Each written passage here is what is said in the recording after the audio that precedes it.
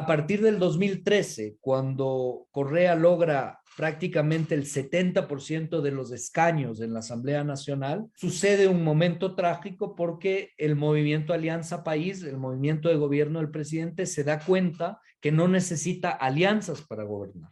A veces hay que cuidarse más de un triunfo que de una derrota.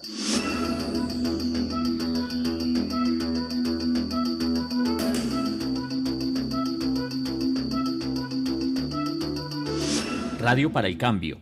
Debates en transición.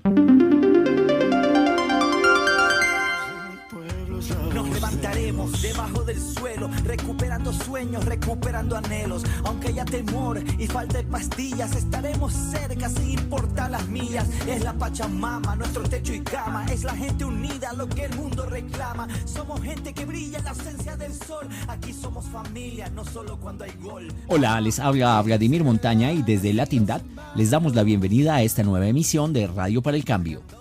En el episodio de hoy hablaremos del Ecuador, ese país que en 2022 vivió un estallido social que debemos mirar en retrospectiva.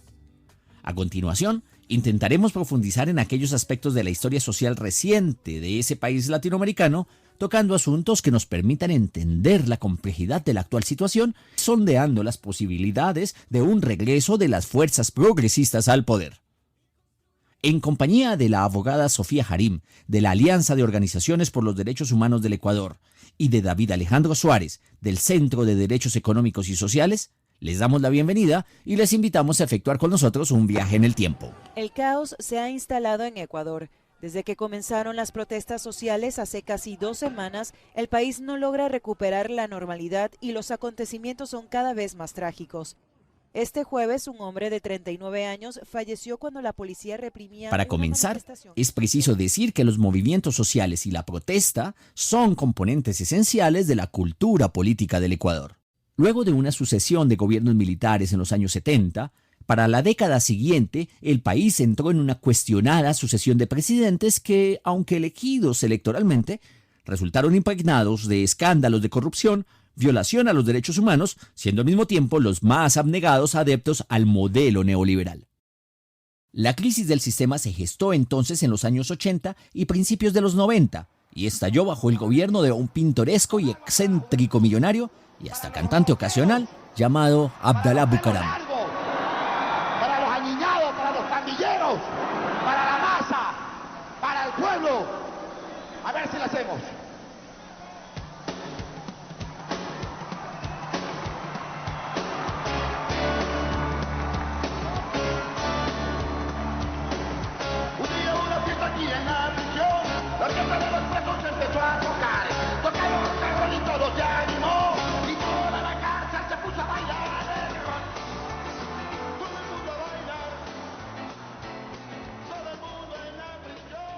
Sofía Harim, de la Alianza de Organizaciones por los Derechos Humanos del Ecuador, nos relata cómo fue la llegada de este gobierno que abriría una sucesión de movimientos sociales y de desgobiernos. Llega una política populista de Abdalá Bucaram, y llega con justamente una política muy cercana a los sectores populares, una representación muy cercana a los sectores populares, pero Abdalá Bucaram es representante de las empresas, ¿no? Y del rico que logra superar la pobreza y que logra conectarse, digamos, con esa dinámica cultural de los sectores desde abajo. Es un gobierno que dura un poco más de 6 meses, pero que tiene muchísimos actos de corrupción, de peculado, que además es muy sensacionalista y muy disruptivo, digamos, con las formas de gobernar, porque efectivamente bailaba, habían imágenes con prostitutas, era un tipo jocoso, pero en ese proceso y sobre todo con la captura... Llegó el carcelero y te digo así, el rock de la cárcel es para gozar. Todo el mundo baila.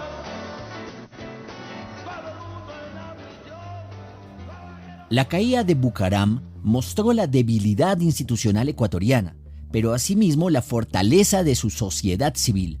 A partir de entonces caían y subían presidentes, y fueron 7 los gobernantes en una década, algo así como 1,5 por año. Para poner un cuarto, yo he dicho que sí. Exacto, que renuncie el primer presidente, que es Abdalá.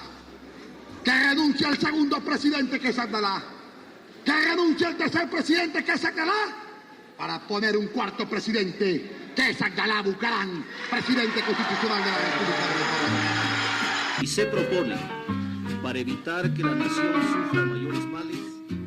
En ese momento se dio la destitución y hubo un triunvirato, bueno, y Rosalía Arteaga, que estuvo 5 minutos, que era su vicepresidenta, de hecho, por eso se les cuenta como los 4, pero ella fue realmente posicionada como presidenta y a la final duraron 5 minutos y se llamó elecciones y hubo un gobierno de transición que fue el de Fabián Alarcón.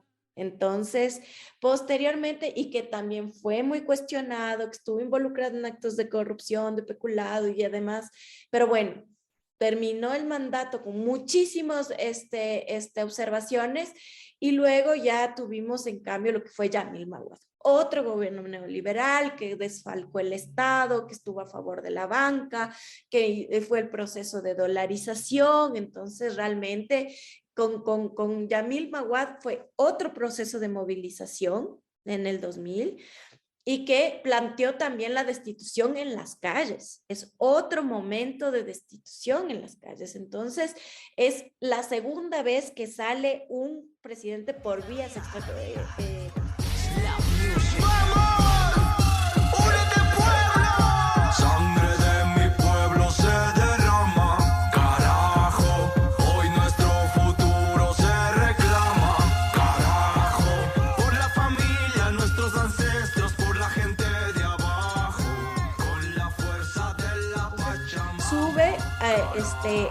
en el mandato Gustavo Noboa, que fue como que concilió más, igual seguía con los elementos de la élite, pero bueno, logró conciliar mucho más.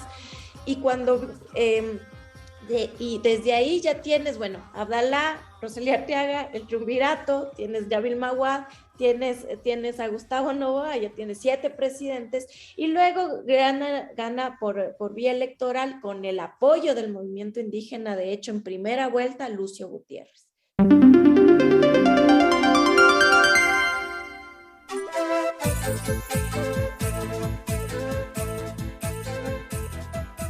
Gutiérrez era un militar del establecimiento y fue edecán de Abdalá Bucaram y luego también de Fabián Alarcón. Tuvo, por tanto, una trayectoria en el mundo político y militar que le permitió participar en el derrocamiento del presidente Yamil Maguad y en la posesión del presidente Gustavo Noboa. Su perfil, con todo y uniforme, se parecía en buena medida al reinante y poderoso Hugo Chávez de entonces. El movimiento indígena que le apoyaba marcaba, sin embargo, la diferencia con lo que ocurría en el Caribe, pues constituía la gasolina de su ascenso y permanencia en el gobierno. Sorpresivamente, en la mañana del viernes 21, la estrategia funcionó. Los militares encargados de resguardar el Congreso permitieron la toma indígena de este poder del Estado. Minutos después, apareció el Parlamento, tomado por un autoproclamado Gobierno de Salvación Nacional. Desde hoy en adelante, los primeros serán ustedes, los del pueblo.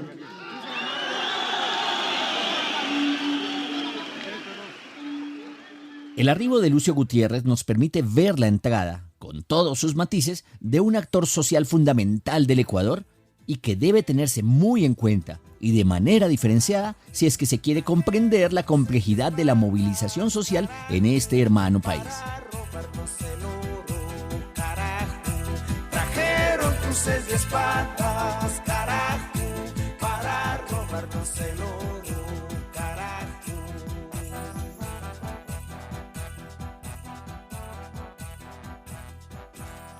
El vínculo entre el movimiento indígena y un sector de los militares perfilarían a Lucio Gutiérrez al lugar de un presidenciable.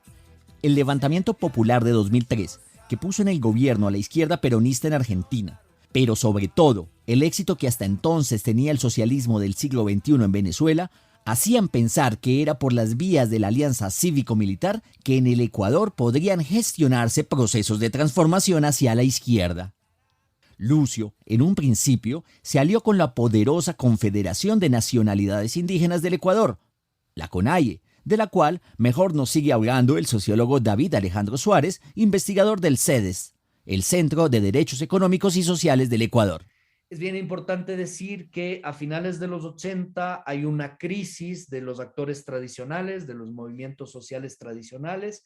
El sindicalismo llega a su tope máximo a mediados de los 80 y luego después de eso es un gran declive de su presencia gravitante en la vida democrática del país como movimiento social. En el año 89, prácticamente con las leyes de tercerización laboral, el sindicalismo queda reducido a unas pocas instituciones públicas, a la defensiva, y con el clima de la caída del muro de Berlín, pues obviamente tampoco era muy auspicioso. Pero en medio de este proceso de transición, ¿no? de un ideario más socialista, chocando con una visión más neoliberal, surge en el intermedio un actor, podríamos decir, inesperado, ¿no? Que es el movimiento indígena en el Ecuador. Ellos habían formado la CONAIE, una confederación nacional de pueblos y nacionalidades. Ser ambicioso, ser codicioso, será tu cárcel, pobre infeliz. Todo el dinero de nuestro pueblo lo estás gastando en otro país. Quiero gritar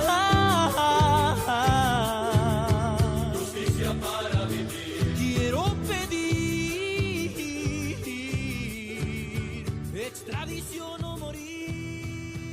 Gutiérrez logra, digamos, capitalizar ese momento político, ¿no? Y como un representante, digamos, de la voluntad popular, y llega por vías democráticas al poder en 2003. Entonces, en 2003 igual tiene un gobierno absolutamente plagado de actos de corrupción. De hecho, ahí se planteó lo de la Pichicorte, donde había una complicidad con las Cortes de Justicia. Y nuevamente existe un levantamiento, pero ella no se da un levantamiento con el movimiento indígena, sino fue más bien de tipo ciudadano. Fue de tipo ciudadano porque el movimiento indígena quedó muy golpeado por esta vinculación en la primera vuelta con Lucio Gutiérrez y quedó realmente fragmentado y desestructurado. Entonces, en ese momento, lo que ocurre en cambio es el surgimiento del movimiento forajido. El movimiento forajido, donde se plantea que los ciudadanos y ciudadanas se toman las calles, que habían asambleas populares en todos los barrios, y existe un proceso de revuelta, de reivindicación popular en contra, en cambio, de la partidocracia, del sistema político corrupto, fracturado, sin representación. Entonces se destituye a Lucio Gutiérrez, y finalmente Chavicaya se manifiesta así.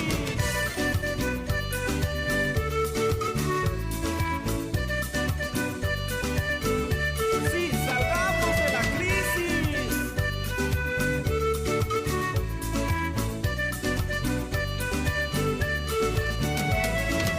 Siempre son los mismos dirigiendo el país.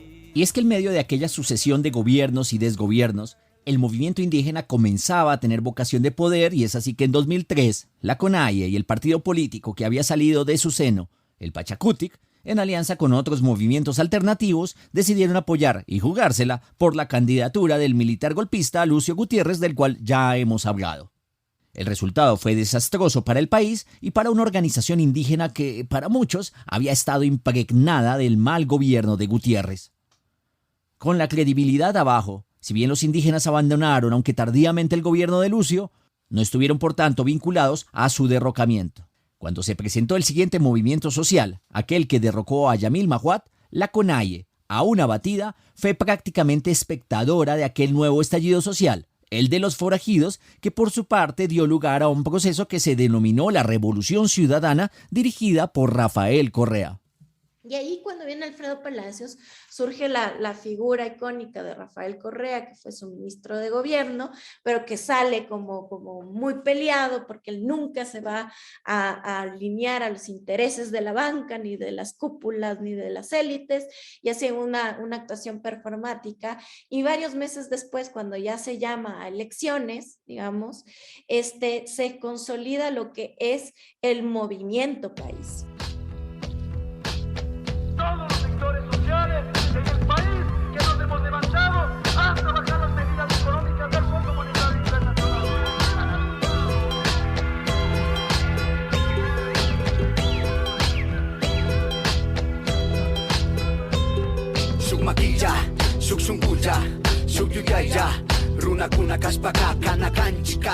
Los medios le ponen ajo, sazonan la información, preparando puro racismo. Martin Luther King decía que su sueño era ver una Norteamérica donde blancos y negros puedan compartir la escuela, la mesa, la nación. Mi sueño, con toda humildad, con toda sencillez, desde la humildad de mi patria morena, es ver un país sin miseria, sin niños en la calle, una patria sin opulencia, pero digna y feliz. Una patria amiga, repartida entre todos. Ahora, con el corazón les repito, jamás defraudaré a mis compatriotas y consagraré todo mi esfuerzo con la ayuda de Dios y bajo las sombras libertarias de Bolívar y de Alfaro a luchar por mi país, por esa patria justa, altiva y soberana que todos soñamos y que todos merecemos. Que no cacha y macha alicha nalicha yapacha ashacha shinaya nyukanchicha takuna y mashachi idanga boom falla. Estamos preparados para la batalla. Maldad, crueldad, realidad, falsedad no detienen esta lucha por la libertad.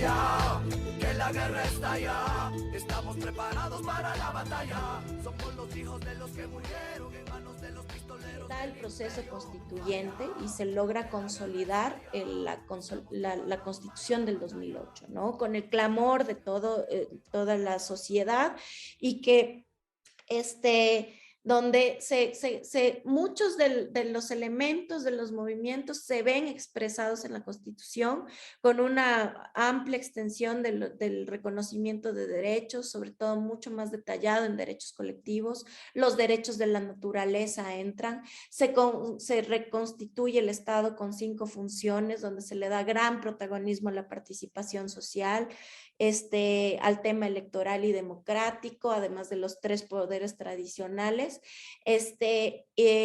pero en el proceso constituyente ya se ven procesos de ruptura. Se ven procesos de ruptura y de distanciamiento del gobierno con los movimientos sociales. Y esto se da, y ustedes pueden recordar, con la renuncia de la presidencia de la Asamblea Constituyente de Alberto Acosta. No era simplemente un revanchismo, pues en verdad, Correa y su gobierno no parecen haber aplicado el significado y la complejidad de la protección al medio ambiente, ni el desafío de constituir una nación plurinacional. A decir verdad, Correa básicamente era extractivista y por ello no compaginaba con los reclamos de los grupos sociales, entre ellos los indígenas, que protegían el territorio bajo la bandera del ambientalismo. Mucho más allá de los aciertos del correísmo, en algún momento en ampliar el acceso a cierto tipo de servicios públicos y derechos como la educación, la salud o el tema de infraestructura, el discurso de, bueno, al menos tenemos carreteras, se fue desgastando en este proceso, ¿no? Porque eso es algo que le corresponde al Estado, pero no le corresponde perseguir y criminalizar, no le corresponde dividir a la sociedad.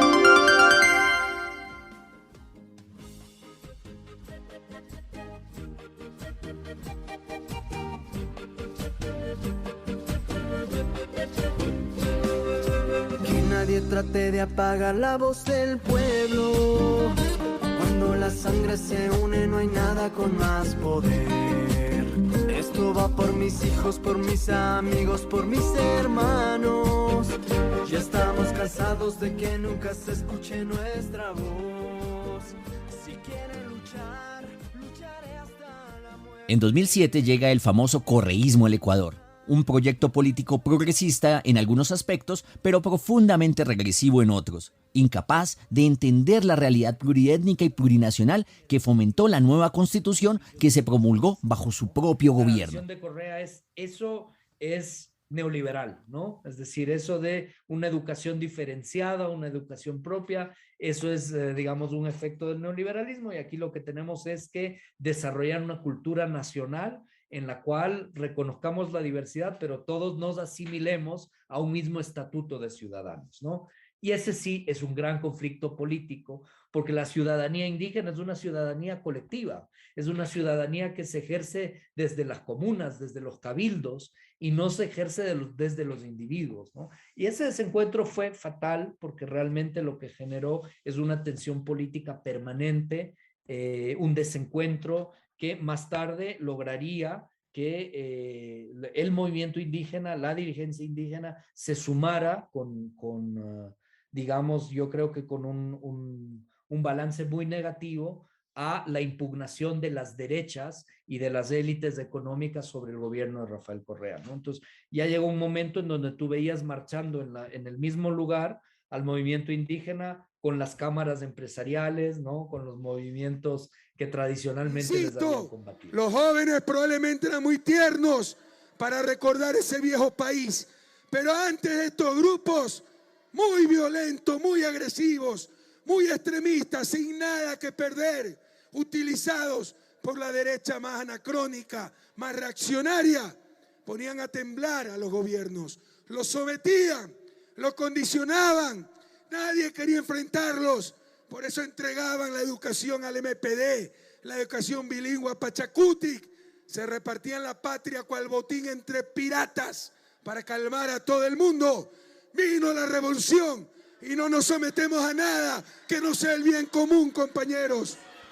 Pero si bien el gobierno de Correa se cerraba y no parecía digerir el contenido de lo que significaba trabajar con grupos étnicos, muchos sectores indígenas se fueron cerrando e incluso conservadurizando. La incomprensión era mutua. Tuvo 3 periodos. En cada periodo ya se vio como una diferencia bastante grande y distanciamiento contra sus contradictores, que también no los reconocía como legítimos, sino que les decía que eran los antipatrias, los tirapiedras, los ecologistas infantiles. Todo el que se oponía a su política ya comenzaba a saber que era un contradictor y un enemigo del Estado. Así funcionaba Correa. Entonces, en un principio, claro, fue sobre todo la ruptura más rápida y más profunda fue con el movimiento ambientalista y con los sectores del movimiento indígena que estaban contrarios a las políticas de los sectores extractivos, porque Correa fue ante todo extractivista. Entonces, es decir, el movimiento indígena se queda de alguna manera separado del proyecto de la Revolución Ciudadana, y el proyecto de la Revolución Ciudadana tiene un marco de entendimiento más desarrollista y digamos mira el tema de la plurinacionalidad, de los derechos colectivos, no como la posibilidad de transformar la estructura del Estado, sino simplemente como una especie de reconocimiento, ¿verdad? Te diría casi que de rigor, de ciertas demandas y reivindicaciones indígenas, pero no las incorpora comprendiéndolas en su totalidad, ¿verdad? Y más bien, muy tempranamente se ve que es un modelo de Estado, nación clásico, con una alta dosis de centralización del poder político, digamos, con una alta dependencia, por ejemplo, de las rentas, de los recursos naturales, y entonces ahí empiezan las primeras tensiones y los primeros choques con el movimiento indígena, ¿no? Por otra parte, tributario de una visión más nacional, popular, ¿no es cierto? Y además con ciertas matrices liberales dentro de ese proceso, el correísmo lo que hace es plantear la construcción de un Estado general. ¿A qué me refiero con esta idea de Estado general? Me refiero que lo que hace el correísmo es plantear, aquí vamos a tener una relación directa entre el Estado y el ciudadano. Se acabaron los corporativismos, ¿ya? Y entonces eso para el mundo indígena es eliminar una de las formas de relación histórica que han tenido con los estados y que les han permitido consolidar reformas progresistas para ellos, ¿no? Entonces creo que ahí hay un desencuentro de etos, un desencuentro de cosmovisiones, un desencuentro de mundos, ¿no? También en gran medida porque Rafael Correa proviene, digamos, de la región costera del Ecuador, ¿no? Y el Ecuador es una nación bastante fragmentada regionalmente. Que venga, por favor, y haga una concentración acá en Quito, en el Estadio del Aucas, que haga una concentración en el Estadio Olímpico, que vaya a Guayaquil, que vaya a Cuenca, que no se esconda en las fronteras, que venga acá, donde la ciudadanía, de forma respetuosa, pero contundente, le dirá lo que piensa de los últimos años de su mandato. Y abandonar lo que quiero Yo soy el buque fantasma que no puede anclar en puerto. Ando buscando refugio en retratos y en espejos, en cartas apolilladas y en perfumados recuerdos. Con 10 años en el poder y dando al país una estabilidad que no se había visto en décadas, pero con el pecado del culto a la personalidad, Rafael Correa dejó el poder y lo perdió casi de inmediato en manos del que se pensaba iba a ser su gobernante marioneta.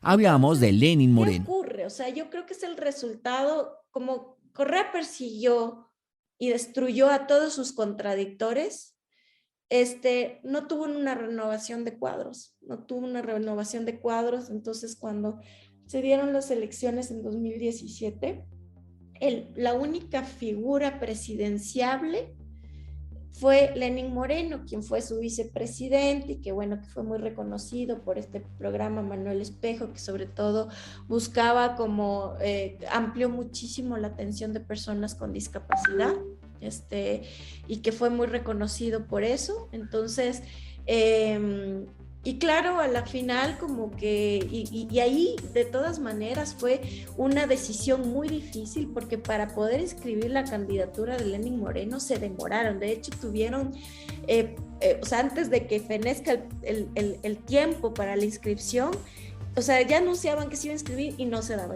O sea, las negociaciones internas fueron demasiado difíciles para poder lograr que él asuma la representación. Y lo que esperaba el correísmo es que existe un alineamiento. Ahora, lo que ocurre es que Lenín Moreno realmente no quería ese puesto, pero lo terminó aceptando, y es muy evidente que en el proceso de campaña realmente lo que hacía el Correa es ponerse al lado. El señor nunca dijo nada. O sea, es como nunca dijo nada, nunca realmente lo vi. Y fue bajo el gobierno de Lenín Moreno que la organización indígena mostró nuevamente su capacidad para poner en jaque a un gobierno. El subsidio a los combustibles, una medida adoptada hace varias décadas como paliativo a la injusta repartición de los dividendos del petróleo, fue la mecha de una gigantesca protesta que amenazó el gobierno de Lenín Moreno y, dilatándose por causa de la pandemia, se le trasplantó al gobierno del empresario Lasso. La dependencia de la sociedad ecuatoriana al petróleo, incluyendo también a los movimientos sociales que levantan su voz y le constituyen en un elemento de reivindicación, pareciera ser un gran desafío del Ecuador.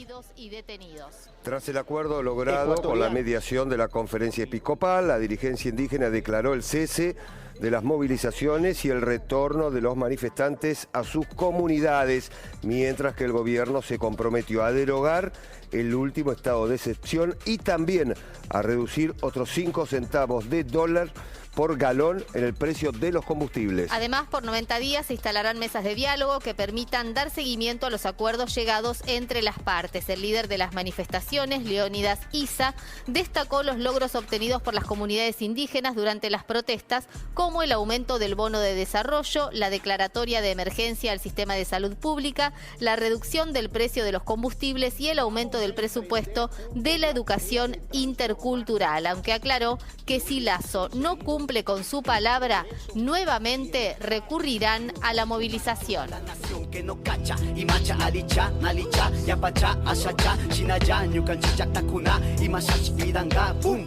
Estamos preparados para la batalla. Maldad, crueldad, fealdad, falsedad no detienen esta lucha por la libertad. Falla, que la guerra estalla. Estamos preparados para la batalla. Somos los hijos de los que murieron en manos de los pistoleros del imperio. Falla, que la guerra estalla. Estamos preparados para la batalla. Somos los hijos de los que murieron. Desde luego, son muchas las enseñanzas que implican pensar una izquierda desde un progresismo que, a diferencia de las izquierdas que afloraron hace un par de décadas, debe pensar seriamente en el desafío cultural, reduciendo las brechas de género y comprometiéndose seriamente con el medio ambiente más allá de un plano retórico. Es hora de construir nuevos modelos de Estado, pensar las economías más allá del extractivismo y pensar en sociedades verdaderamente incluyentes, libres de reeleccionismos y cultos a la personalidad.